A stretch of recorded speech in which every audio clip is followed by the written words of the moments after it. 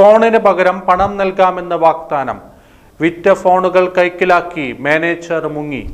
Mobile കടയിൽ നിന്നും വില കൂടിയ മൊബൈൽ ഫോണുകൾ പലിശരഹിത വായ്പയ്ക്ക് വിറ്റ ശേഷം ഫോണിന് പകരം പണം നൽകാമെന്ന വാഗ്ദാനം ചെയ്ത് കൈക്കലാക്കി സ്ഥാപനത്തിന്റെ മാനേജർ മുങ്ങി. എടപ്പാൾ ടൗണിലെ ചെന്നൈ മൊബൈൽസിലെ മാനേജറായ പടിഞ്ഞാറങ്ങാടി സ്വദേശി ഫായിസ് ആണ് ലക്ഷങ്ങളുടെ ഫോണുകളുമായി മുങ്ങിയത്.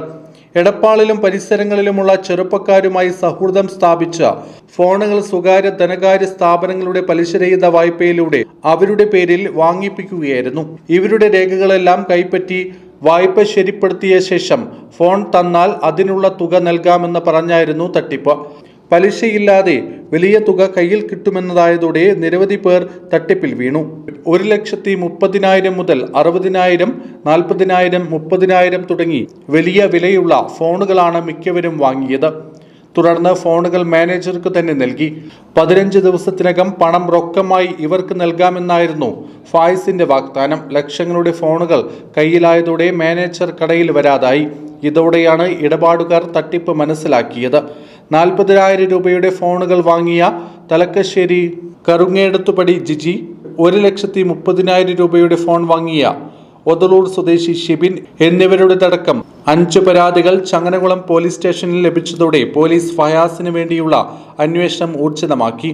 ഫോൺ വാങ്ങിയവരുടെ ആദ്യ തിരിച്ചടവ് അടുത്ത മാസം ആരംഭിക്കും. 1,30,000 രൂപയുടെ ഫോൺ വാങ്ങിയ ഷിബിന് 5,600 രൂപ പ്രകാരം 2 വർഷം തിരിച്ചടയ്ക്കണം. അതേസമയം സ്ഥാപനത്തിൽ നിന്ന് ഇടപാടുകാരെ വഞ്ചിച്ച ഫയാസിനെതിരെ കടയുടമയും പോലീസിൽ പരാതി നൽകിയിട്ടുണ്ട്.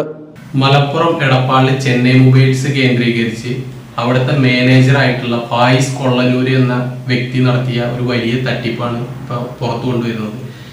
നിരവധി വ്യക്തികളുടെ EMI വഴിയും ക്രെഡിറ്റ് കാർഡ് വഴിയും ഈ എടപ്പാള് ചെന്നൈ മൊബൈൽസ് വഴി മൊബൈൽ പർച്ചേസ് ചെയ്യുകയും ക്രെഡിറ്റ് കാർഡ് വഴി ആ സ്ഥാപനത്തിലെ തന്നെ ബില്ല് ദുരുപയോഗം ചെയ്തിട്ട് നിരവധി പർച്ചേസിങ് നടത്തിയിട്ട് ഈ വ്യക്തി ഇന്ന് മുങ്ങിയിരിക്കുകയാണ്. ഒരുപാട് പാവപ്പെട്ട വ്യക്തികളുടെ പരാതി ഇന്ന് ചങ്ങനകുളം പോലീസ് സ്റ്റേഷനിൽ ചെന്നിട്ടുണ്ട്. ഈ വ്യക്തി ക്രെഡിറ്റ് കാർഡ് ഉപയോഗിച്ച് സ്വന്തം ചെന്നൈ മൊബൈൽ സ്ഥാപനത്തിൽ നിന്ന് തന്നെ ആ ഓഫീസ് വഴി ബജാജ് EMI കാർഡ് വഴിയും നിരവധി പേരുടെ അക്കൗണ്ടിൽ നിന്ന് പൈസ അടിച്ചു മാറ്റിയിട്ട് മുങ്ങിയിരിക്കുകയാണ്. ഇന്ന് വരെ പോലീസിന്റെ ഭാഗത്തുനിന്ന് ഒരു നടപടി ഉണ്ടായിട്ടില്ല. ചെന്നൈ മൊബൈൽസിന്റെ ഭാഗത്തുനിന്നും ഒരു നടപടി ഉണ്ടായിട്ടില്ല. നിരവധി വ്യക്തികളുടെ പൈസയാണ് ഈ വ്യക്തി മുക്കിയിട്ട് ആ സ്വന്തം സ്ഥാപനത്തിൽ തന്നെ ഫോണും മറ്റ് ഇലക്ട്രോണിക് ഉപകരണങ്ങളും വാങ്ങിയിട്ട് മുങ്ങിയിരിക്കുന്നത്. ഈ വ്യക്തിക്കെതിരെ ശക്തമായ നടപടി വേണമെന്ന് അപേക്ഷിക്കുകയാണ്.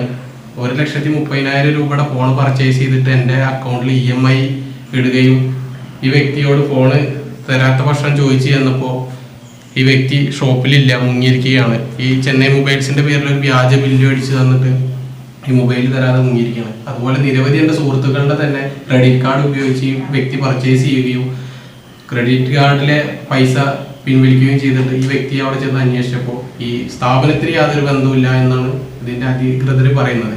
നിലവിലൊരു സ്ഥാപനത്തിലെ മാനേജറാകുമ്പോൾ ഉത്തരവാദിത്തത്തോടുകൂടി സംസാരിക്കുന്നതിൽ വിശ്വസിച്ച് പാവപ്പെട്ട ജനങ്ങൾ വഞ്ചിക്കപ്പെട്ടിരിക്കുകയാണ്. ഇതിനെതിരെ ശക്തമായ നടപടി ഉണ്ടാവണമെന്ന് വിനീതമായി അപേക്ഷിക്കുകയാണ് ചങ്ങനകുളം പോലീസ് സ്റ്റേഷനോടും വേണ്ടപ്പെട്ട അധികൃതരോടും.